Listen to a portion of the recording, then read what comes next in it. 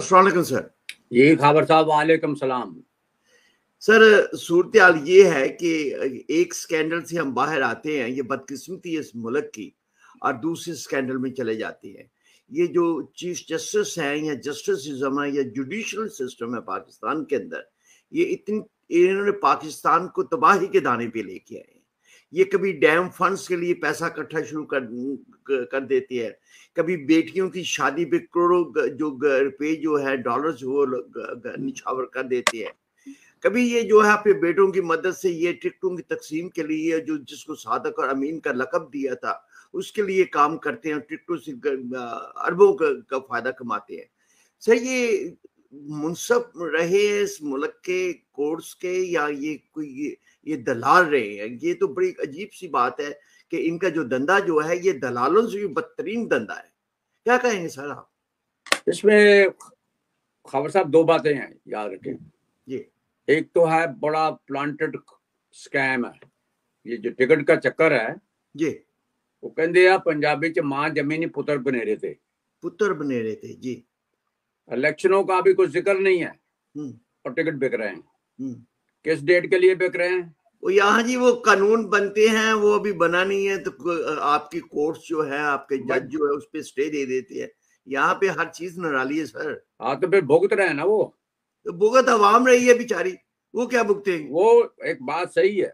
मैं यहाँ पर जो है ना ये बात करना चाह रहा था जी। कि ये एक स्कैमी बिजनेस है जी। जो पाकिस्तान में हमेशा चलता है।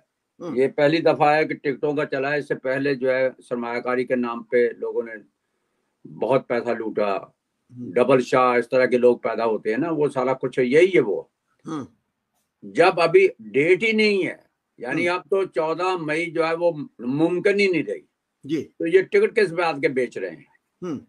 ये है वो स्कैम जो ये सब ने मिलके तैयार किया।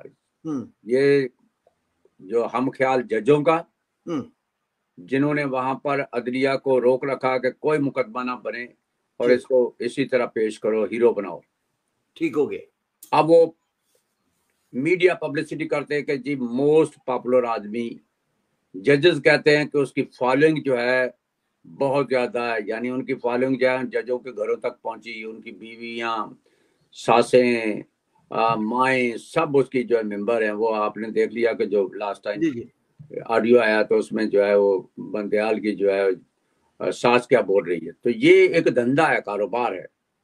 अब ये है करोड़ों का धंधा। पहले तो उसने रखा, वो एजाज चौधरी कहता है कि उससे जो है मुलाकात करने के लिए जो है अपने इमरान खान से 1 करोड़ और टिकट जो होगा वो 10 करोड़ का, यानी 11 करोड़ का तो ये कारोबार हो गया।